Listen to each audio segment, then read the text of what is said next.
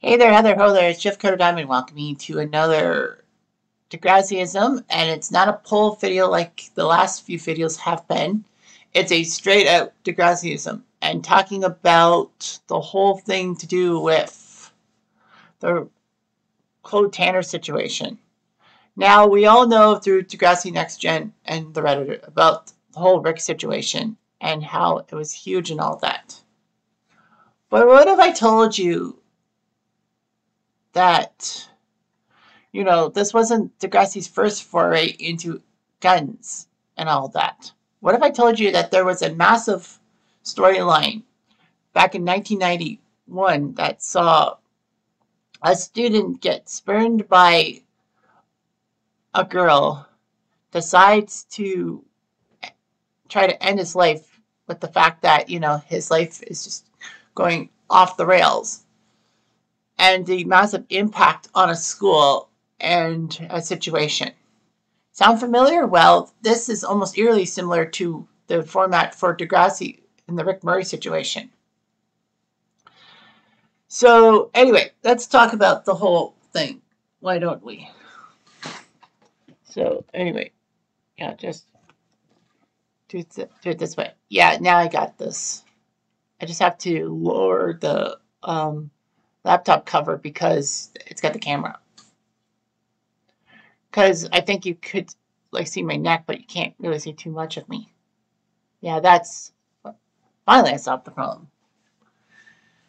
But the fact of the matter is, it's no laughing matter. So let's go back to Degrassi High, and a lot of the Reddit community doesn't know much about Degrassi High. Probably not born when Degrassi High aired in the early '90s. Well, I was born in 1985, so I was 5 when Degrassi High started. It came off the heels of 3 seasons of Degrassi Junior High, which was a very popular show which dealt with a lot of situations. It even dealt with Spike's pregnancy, which was weird for a student in junior high to get pregnant. And of course, the whole thing with Shane and his family trying to disown Spike and her baby, Spike having to raise the child kind of alone with her mother because her father left them. I don't know why the fuck he did that. The simple fact is that, it was hard pressed. And the fact is that Rick aside, it was huge. So they had some things. They had Wheels, start his descent, his downward descent, having his adoptive parents die in a car accident, and then him having grief that was not totally used and all that. So yeah, then they went with Degrassi High and introduced more characters, obviously because it was a high school. They wanted to have the upperclassmen and all that, and brought some of Degrassi Junior High's people, like a lot of them, like Spike, Snake, Joey, Wheels, Radish even went into Degrassi High as the vice principal, which is a common misconception because everyone thinks that he's principal, but he's the vice president principal. Blech. So anyway, so within Degrassi High was the on-again, off-again relationship between Joey and Caitlin, and this time it hit the off switch as Caitlin found herself attracted to a guy named Claude who liked movies and liked the environment like her. So she grows fond of him, and then Claude manages to tell Caitlin, we need to spray paint this factory because now they're going to have to build some nukes for nuclear stuff. I originally thought it was like animal testing and all that, which makes more sense. But of course, I was wrong as usual. And when I watched the episode, so anyway, they spray paint the nuke factory, but Caitlin, who strangely enough wears like this a lot of jewelry and all that, gets caught on the fence not once but twice. It's like, couldn't you have just used something to make sure you don't get caught on the fence?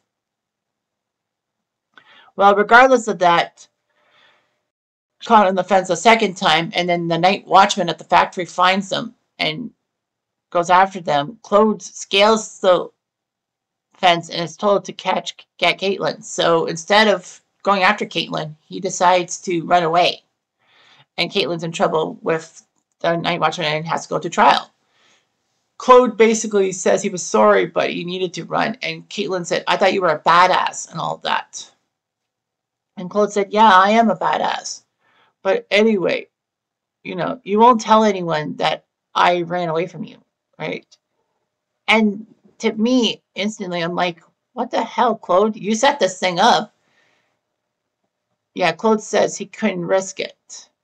And of course, Caitlin goes to her trial. Her trial date. Claude wants Claude to be there. And Claude is not sure because that night watchman will recognize him and then finger him as a suspect too. Of course, he is told by his parents not to go to Caitlin's trial. You have to go to school and all that. But Caitlin, of course, accuses Claude of purposely doing that so that he can avoid being at the trial and all that. Knowing how much trouble Claude would get into. Caitlin then goes to serve community service and has a record until further notice. And she's not happy with it. Of course, she breaks up with Claude, rightfully so. And then the next season, Degrassi High season 2, is when Claude sneaks back into Caitlin's life. Claude wants to be around Caitlin. He's been suffering because his parents are basically breaking up. Neither parent really wants Claude and all that. And Joanne tries her best to try to fix the situation with Claude, having sympathy for Claude. However, it doesn't work out that way. So practically what ends up happening is that Claude then keeps approaching Caitlin and then finally snaps and says, I'm here to say goodbye and I won't bother you anymore. Good. And of course, Caitlin doesn't realize that Claude's off trying to kill himself. So of course, he doesn't go to class saying, what good has school come to me? And basically he puts something out of his backpack and walks away. In Mr. Wallfish's English class, they talk about Macbeth, and Snake has to go to the bathroom. So Snake goes to the bathroom and then notices something in the stall. It says, are you all right, to the student? And then, obviously, we don't see it, but yeah, it's Claude's dead body with the blood. And Snake is so aghast, he runs to find Mr. Raditch. And Raditch is told about this and then runs to the bathroom with Snake to try to fix the situation. Of course, this makes the school a little suspicious what's going on with the boys' bathroom and all that. And then the staff go to an impromptu meeting, and one staff member goes to each class and all that to try to talk to people. Raditch talks to Joanne's class alongside, is it Eric, who is Dwayne's buddy? I think it was Eric. Well, not Tabby, but I think Eric was the name. But anyway, he's there. And then also Trish, the one with the mohawk, is in that class too. And Raditch talks about Claude's death and all that. And Joanne basically says, I should have done more to help him. And Raditch goes, I don't know how much more you could have done, Joanne. He was troubled. I was troubled too. But I should have did something about it. Everyone just tells Joanne that it's okay. It doesn't hurt. Like Trish says that. And then Raditch says, we all feel overwhelmed sometimes, but we don't kill ourselves because once we do, everything is over and you basically can't come back from it. In another class, Lucy, Spike, and, well, Joy, I found out who that was, Joy, talk about suicide and all that. Joy says suicide's a sin. He's going to hell. Claude's going to hell. I think Caitlin was in that class with Joey. I mean, not with Joey, but with Lucy and Spike. And then Lucy basically says that he probably killed himself to make us look bad as a school for hurting him. And Spike even agrees with that. Although it's practically set in stone that we don't know if that was really the case or not. Claude, of course, is an open end. So basically, Claude's death has a massive impact on Degrassi High and all that. The cheeriness of the school showcase is now on display that we might have to cancel it. And then Caitlin comes home to find white roses from Claude. And Claude writes that it's his goodbye letter, and she throws it out. So practically, Caitlin is upset. But then we find out in part 2 of Showtime that she actually isn't fine. And that, she's having nightmares of Claude reciting his macabre poem to her. And she doesn't know what to do about it. Of course, there's concern that the showcase has to be canceled because of the whole situation with Claude. And of course, it was unsure if they could do it. But anyway, they don't know what to do about it. Some say cancel, some say put it on. But Spike comes up with a bright idea, saying that why don't we do the talent show, but make it a fundraiser for suicidal teens. Yeah, it's the best of both worlds because, the people who want it to be put on, it'll be put on, and the people who don't want it on because of the whole suicide thing actually can have their cake and eat it too because, it means that,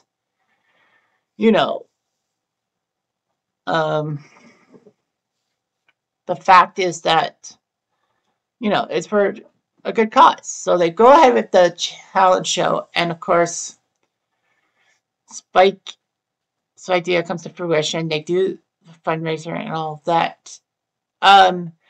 Wheels comes out of nowhere to be Joey's partner because Joey and Snake were going to do a nice duo, a funny duo with hats, and everybody wants something. But of course,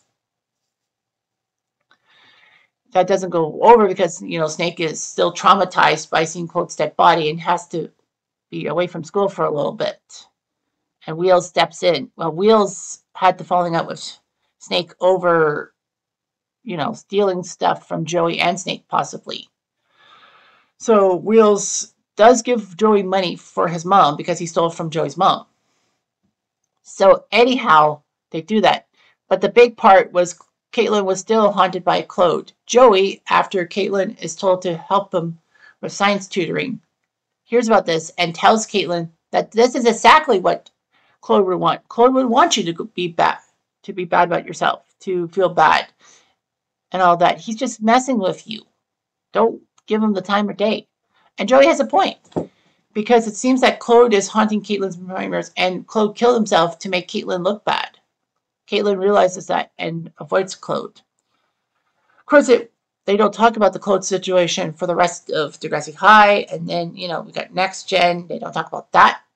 And then, whammo, guess what? We get ourselves another incident with a gun and all that. Although, when watching Rick's storyline, at first, it's like, is there going to be a gun involved? We don't think of that. Of course, the Rick situation, similar in some parts and not so similar in other parts. The main parts, without having to go through that list I did and the video I did about the similarities between Claude and Rick, is, Rick was troubled and brought a gun to the school. Rick to get revenge and Claude to kill himself. Of course, that was different. And then, of course, Rick, in a sense, getting under Emma's skin, traumatizing Emma in a sense, like Claude traumatized Caitlin. It wasn't set in stone, but I think Emma was traumatized and all that, and she didn't really say anything about anyone. And she didn't really have anyone to tell her that, Rick's in her head. Don't give him the time of day. But I think it was just set in stone. So the fact of the matter is that Rick comes back to Degrassi after what he did to Terry, and it was stupid on everyone's part. His parents should not have let him back into Degrassi. Radish definitely should not have let him back into Degrassi. But with a lack of criminal charges or anything, Radish had no choice. Although, to the students, it was like he was just trying to duck them. And I think that's what it was. I think in everyone's mind that, Radish was just being a prick and all that. But the fact of the matter is that, Rick comes back. Everyone bullies him, uses Emma's Orange Ribbon campaign as a way to beat up Rick for being a domestic abuser.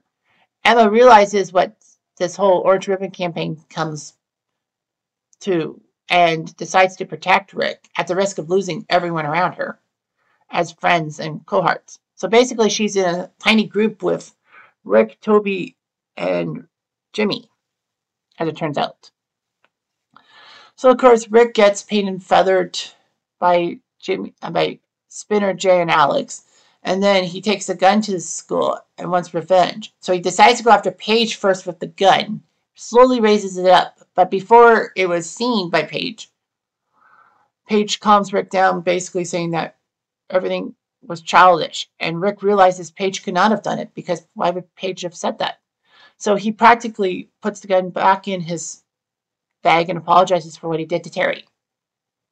And so he calmly decides to wash himself out of the bathroom. And then he decides to duck into the stall. And then guess what? Jay and Spinner pop in and blame Jimmy for everything. Rick takes the gun back from his locker, shoots Jimmy, and then wants to shoot Emma, but Sean saves the day. Of course, the school is under lockdown, in a sense, just like the clothes situation. Hazel's told about Jimmy's condition. Lots of finger pointing and all that. There weren't really that many massive discussions. Although Snake does take responsibility, saying the teachers failed him. Like the adults failed him in the situation. We all know that. So, that's what happens. And Rick did a lot of horrible things and all that. And, it was like Degrassi went there with the gun situation, like Degrassi High and Showtime.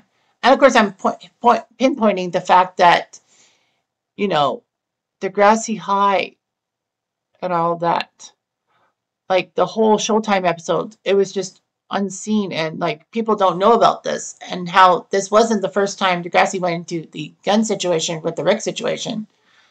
They went with it with Chloe Tanner and all that. So basically, the Chloe situation gave birth to the Rick situation, although it'd be like 14 years later. But the fact of the matter is that Chloe Tanner, offed himself and tried to get in Caitlin's head.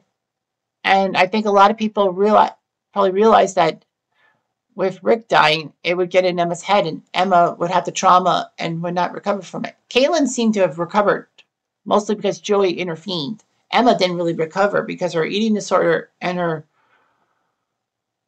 lack of knowledge about things practically led her to Peter and her own problems. So anyway, that's just what I want. That's just how I feel about everything going on. And you can take it however you want, but the fact is that Showtime and Degrassi High is a good watch. I'm just saying. Anyway, I'm Jeff. I'm going to do